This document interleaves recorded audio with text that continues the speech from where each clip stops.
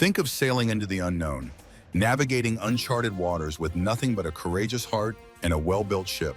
That is exactly what Christopher Columbus did back in 1492.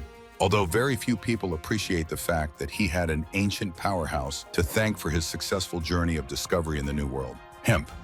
This miracle plant, which is traceable for more than 50,000 years, wasn't some kind of ordinary shrub. It was the heavyweight champion of exploration.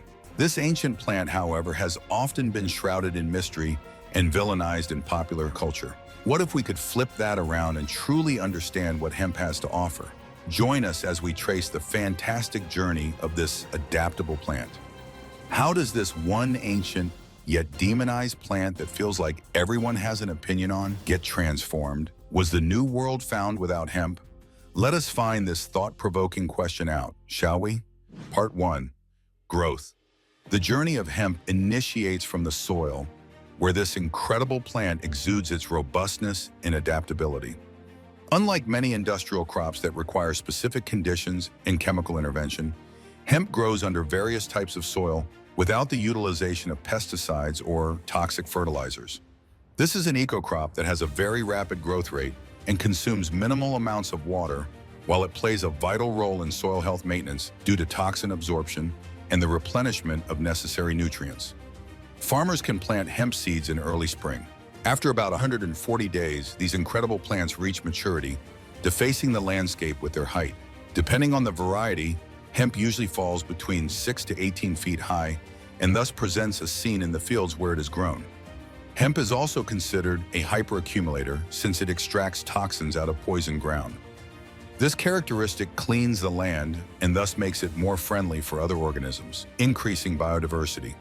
Their rooting system improves soil aeration and raises the absorption of water, contributing further to a better quality. Once mature, harvesting is done with large tractors that cut plants down en masse. Processed hemp fibers are economically productive.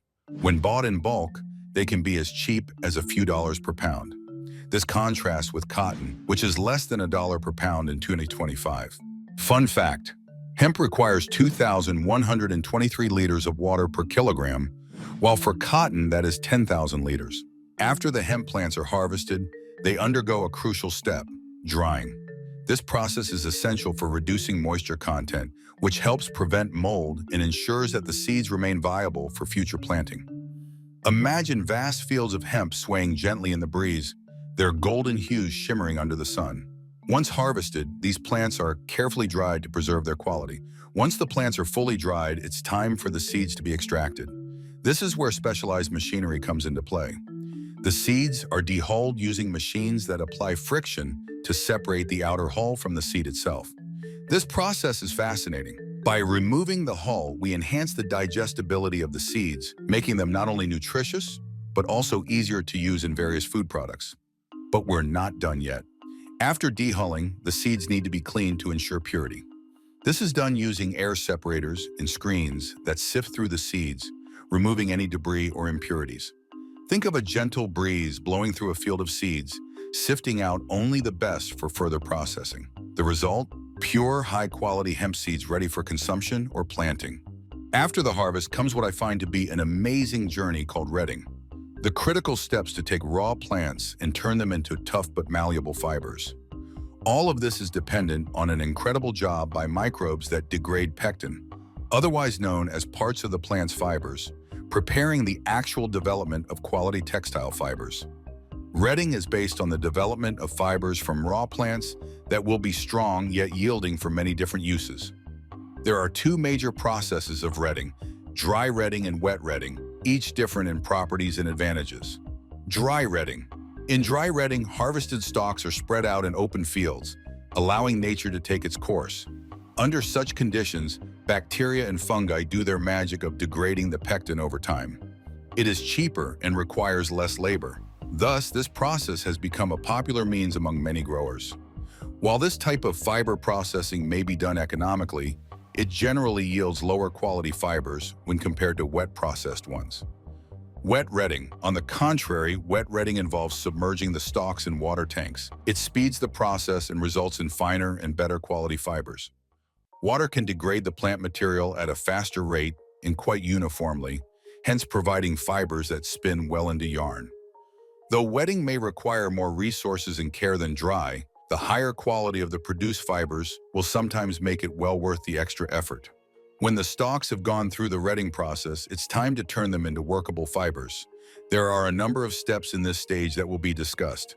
Scutching is considered the first real stage of treatment, where machinery separates the inner core from the finer fibers. It draws out bigger pieces of core material, known as hurd, and puts aside the sensitive fibers which will be spun into yarn. Right next to scutching comes hackling. This is a major step in lining up the fibers into like groups. This lining up is absolutely important to be able to guarantee that the fibers are going to be able to spin well and smooth. Hackling prepares fibers for spinning in addition to cleaning them further and eliminating short strand impurities. With the fibers adequately prepared for spinning through scutching and hackling, we arrive at the actual spinning itself. This is where fibers are submerged in scalding hot water to soften them further before they are set into yarn. This step is critical because it's one sure way of gaining much flexibility and strength with the final product. The spinning process takes the loose fibers and creates one unified strand of yarn ready for weaving or knitting into wonderful textiles. Every turn and twist during this process gives character and strength to what will soon become a fabric used in garments, home goods, and beyond. It has become a sensational hit in the textile world, and indeed it has manifold reasons that support its ever-growing popularity. It would do magically well for all sorts of uses, whether used single or combined, but more significantly, when combined with silk or cotton. Let's analyze some peculiarities of hemp yarn and why it needs to create a place in your wardrobe. Hemp has been one of the oldest cultivated plants. This is for its strength and toughness. Spinning it into yarn sustains these qualities, making a resilient fabric that is admirably breathable. That is what makes hemp yarn perfect for apparel to defy daily torment and keep comfort at its best. There are a number of impressive, purely natural characteristics that hemp yarn possesses. First, it is naturally resistant to UV radiation, thus being an excellent base for outdoor garments. This is the opportunity to walk around under the warm sun without being afraid of any damage to your skin. Secondly, hemp naturally resists mold and mildew, which means your garments are going to be fresh and clean even in humid environments. Hemp has several environmental benefits.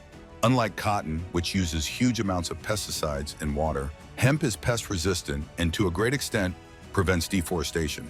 Now that we've explored hemp peculiarity, let's shift our focus to another remarkable aspect of hemp, its fibers. Known for their strength and durability, hemp fibers have been used for centuries in textiles and other materials. But how do we turn these fibers into paper? The first step in this transformation is separating the fibers from the stalks of the hemp plant. This process involves breaking down the stalks to extract long strands of fiber. Once separated, these fibers are ready for pulping, a critical step in creating paper. Pulping involves breaking down the fibers in a mixture of water and chemicals to create a slurry. This slurry is then spread onto screens, where it forms sheets of pulp. Imagine a smooth, wet canvas being prepared for creation. These sheets are then pressed to remove excess water and dried, resulting in high-quality hemp paper. What's truly exciting about this process is that hemp paper is an eco-friendly alternative to traditional wood-based paper. It requires fewer trees and less water to produce, making it a sustainable choice for our planet. Part 2. Building with hemp. Imagine a world where buildings were strong, but at the same time were being environmentally friendly. Buildings out of new substances, hemp. This wonderful plant, mainly used in textiles and nutrition, shall, from this point on, start another revolution in the field of construction. Above all, hemp-based construction materials, particularly hempcrete, have been found to be good alternatives to conventional concrete. Hempcrete is manufactured by mixing the woody inner core of the hemp plant, commonly referred to as hurd, with lime and water. This biomaterial assurance is light yet very strong, thus providing very good thermal insulation and toughness. It may be cast into bricks that offer very close competition to concrete in many applications, hence becoming a versatile option for builders. Hemp has very considerable environmental advantages. Hemp is a very fast-growing crop that requires very little water and no pesticides or fertilizers, hence being non-polluting. While growing, hemp is a carbon sink that absorbs much carbon dioxide from the atmosphere, hence contributing to lower greenhouse gas emissions. Further, buildings made from hempcrete resist mold, pests, and fire, making them longer lasting and safer. With all the different uses stemming from this incredibly versatile plant, let's jump into yet another treasure known as hemp seeds. Hemp seeds, much like sunflowers in their harvesting method, are harvested when mature and tend to be little powerhouses in the world of food. They are extremely high in protein, omega fatty acids, vitamins, and minerals, thus a very welcome addition to any diet. Hemp seeds can be prepared in a variety of ways. Roasted for snacking. Roasting enhances their nutty flavor and makes a great snack. Added in dishes.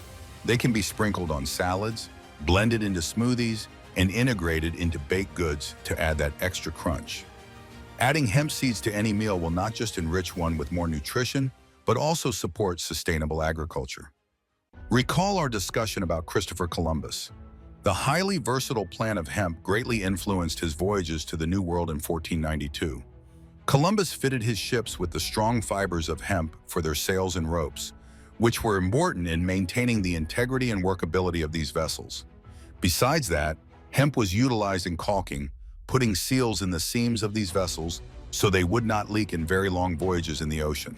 Sails were fully made of hemp, a particular material in those times known for strength and resistance against salt water.